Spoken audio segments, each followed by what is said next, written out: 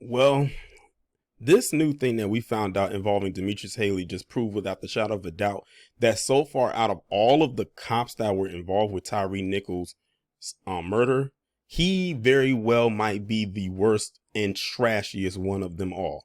So if y'all remember, there was a rumor that went around that Tyre Nichols was messing around with Demetrius Haley's ex-girlfriend, and that after they were brutally beating him, that he took a picture of Tyre and sent it to his ex-girlfriend. And then the stepfather came out and addressed the media and said that that was a rumor that was started on social media and it just spread like wildfire. Well, fast forward to now, some new information that's legit has just come out about Demetrius Haley and some imagery where apparently Demetrius took a picture, or maybe pictures, of Tyre Nichols' badly beaten body and texted it out to at least 5 people. Now, they haven't specified if one of those 5 people was the ex-girlfriend that everyone was saying that he sent it to. Now, that was dumb on his part, because during an investigation like this, all they got to do is go to the company and to the provider that your cell phone carrier is on and pull those phone records, even if you try to delete the messages that are sent. And they can find out what you sent and who you sent it to. So I'm going to go ahead now and read this article coming from the New York Times that was posted September 7th, 2023. As Tyre Nichols sat propped against a police car, bloody, dazed, and handcuffed after being beaten by a group of Memphis police officers, one of those officers took a picture of him and sent it to at least 5 people, the Memphis Police Department said in documents released by the state on Tuesday. The documents painted a picture of repeated misconduct by the officers, starting in the first moments after Mr. Nichols was pulled over for a traffic stop, through an arrest carried out with excessive force, and continuing on through the many minutes when Mr. Nichols lay on the street in dire need of medical help. Sending the photograph, taken on a personal cell phone, to acquaintances, including at least one outside of the police department, violated policies about keeping information confidential, according to the documents. So, based on when it said to at least one outside of the police department, is alluding to me that 4 out of the 5 people that he sent this picture to were within the department. So it makes you wonder, who was that one person outside of the police department that he sent it to? But police officials said it was also part of a pattern of mocking, abusive, and blatantly unprofessional behavior by the officers that also included shouting profanities at Mr. Nichols, laughing after the beating, and bragging about their involvement. I swear, if you was to close your eyes and you didn't know how any of these guys looked, any of these terrorists looked, you would swear they were white supremacists. They literally are going point by point by point of what a white supremacist would and has done to black people historically. Him sending that picture out is the equivalent of what they did to our ancestors back in the day when they would lynch them. Take a picture of it, of them standing in front of the body, and sending it out to family members as postcards for like Thanksgiving or Christmas or any other celebratory holiday, or maybe a birthday. This is exactly what he did. The revelations came in internal affairs documents that the Memphis Police Department sent to a state agency, in which the department asked for the 5 officers who have been charged with second-degree murder in Mr. Nichols' death to be decertified, meaning they could no longer work as police officers anywhere in the state. They don't need to be working as cops anywhere, but I have a feeling where they're going, that won't be an issue. In the documents, police officials describe how the officers worked together as they severely beat Mr. Nichols, appeared to relish the assault afterward, and then made a series of omissions and false claims in their reports about what happened. Officer Demetrius Haley, who sent the photographs and who forced Mr. Nichols out of his car. Now, peep that. He's the one that pulled Tyre out of the car. So this lets you know right here, this guy was the main aggressor. Like, he was ready for the smoke immediately. But then when you look about the video that I did about his past behavior, it's not surprising. After Mr. Nichols ran away from the officers, several of them caught up with him a few minutes later and unleashed a series of punches and kicks while he was being restrained. And when one officer met with Mr. Nichols' mother afterward, the officer refused to provide an accurate account of what had happened, The police official said, imagine being the mother of Tyre Nichols, and you had to come face to face with one of the cops that was involved with brutally beating your child, and you don't even know what happened because they're not giving you the proper information. Despite policies requiring officers to activate their body cameras during all law enforcement encounters and activities, none of the officers' body cameras captured the entire incident, according to the documents. One of the officers, Emmett Martin III, at one point put his body camera in his car, the court documents said. In reports after the January 7th assault, at least 2 of the officers said that Mr. Nichols had tried to grab an officer's gun, a claim for which there is no evidence. That's because it didn't happen. According to the documents, while leaving out details of the beating, which did happen, all 5 of the officers, or the terrorists, were fired by the police department, as was a 6th who had fired a taser at Mr. Nichols as he ran away.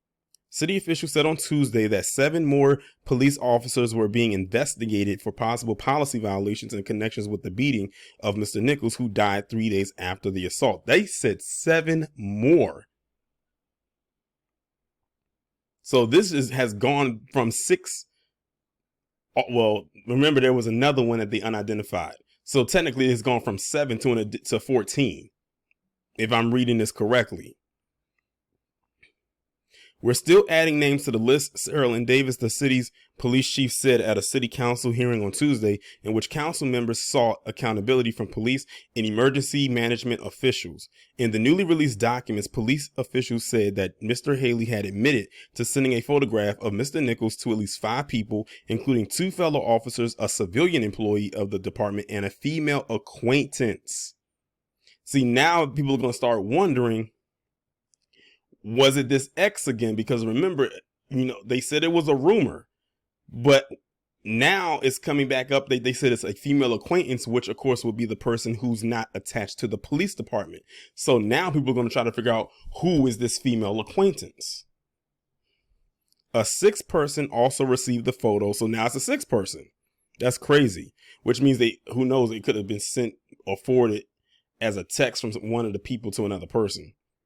Mr. Haley's lawyer, Michael Stingall, declined to comment. The state agency, the Tennessee Peace Officers Standards and Training Commission, received the decertification request on January 25th. A hearing has not yet been scheduled. Videos of the beating that were released by the city last month appear to show Mr. Haley taking pictures of Mr. Nichols a few minutes after the beating, when the officers had propped him up against the car. The video shows Mr. Haley shining a flashlight on Mr. Nichols and appearing to take a photograph with his phone. He then looks briefly at his phone and a few seconds later appears to take another picture. That's what I was asking before. Did he take one picture or did he take multiple? And based on this, he took multiple. Memphis Police Department policy prohibits officers from using personal cell phones while performing patrol duty. Lieutenant Essica Cage Rosario, the president of the Memphis Police Association, wrote letters for each of the 5 officers, terrorists, saying that the union objected to the department's move to fire them before the state had completed its investigation into Mr. Nichols' death. Lieutenant Cage Rosario also said that the department had not provided the union with body camera video or statements from the officers and witnesses before moving to fire them, adding that those were only a few examples of the gross violations of the officer's right to due process. Who cares at this point? And I think it's good that they moved as fast as they did, because who knows where this would have been right now. They probably would have been trying to drag this out, but see, what they were really worried about is that it's sending a shockwave to other departments that they might do something like this going forward. Remember, domino effects. But these were black cops too. So we've seen how they did this or do this kind of thing with PC cops. But see, they're black cops this time, mostly, not all of them, but mostly. So there's a different set of rules. The documents also fault several officers for not providing information to emergency medical workers who arrived after the beating. Mr. Haley, the documents say, did not assist medical workers who asked that he remove handcuffs from Mr. Nichols, and other officers did not disclose details about the beating that could have helped the workers provide better care. A state board last week suspended the licenses of the first two emergency medical technicians who arrived on the scene, saying they had not provided medical care to Mr. Nichols for 19 minutes after arriving. The fire chief said that the lieutenant in charge of the EMTs had never gotten off the fire truck. Police officials also said in the documents that a civilian had witnessed at least part of the encounter and had recorded the officers with a cell phone. The witness's opinion of the incident, according to the documents, was that officers had left the injured subject lying on the ground and handcuffed and unattended. Only one officer, Justin Smith, made a substantive comment as part of the police department's termination proceedings. Police officials said Mr. Smith had held Mr. Nichols by one of his arms while his partner pepper sprayed Mr. Nichols and struck him excessively with a baton. In his prepared statement, Mr. Smith said that he had been the first officer to call for medical help and also said that Mr. Nichols was violent and would not comply. The videos released by the city do not show Mr. Nichols ever striking the officers. So remember, I was keep telling y'all about who was Justin Smith, because that's the one we didn't hear about. Well, we're hearing a little bit about him now. It's just not a backstory, but just a little bit about what he did here. And it shows right here, he ain't ish either, just like the rest of them. The police had stopped Mr. Nichols, a 29-year-old FedEx worker and photographer, on the evening of January 7th as he drove along a street near his mother's house. The officers reported that he had been driving recklessly. I'm going to keep, go past that because it's the rehashing of that particular situation. At the council hearing, Chief Davis said that the 7 additional officers facing discipline who have not yet been identified, including several who had not actually been at the scene of the assault. She said the department struggled from a lack of supervisory staff, saying that it was a bigger problem than training and that the department had been short on higher ranking officers for years. The department currently has about 1 supervisor for every 10 frontline officers. Chief Davis said while studies have recommended 1 supervisor for every 6 or 7 officers. The follow also extended to the fire department, with the fire chief terminating 2 emergency medical technicians who had been the first medical workers to arrive on the scene, as well as a fired lieutenant.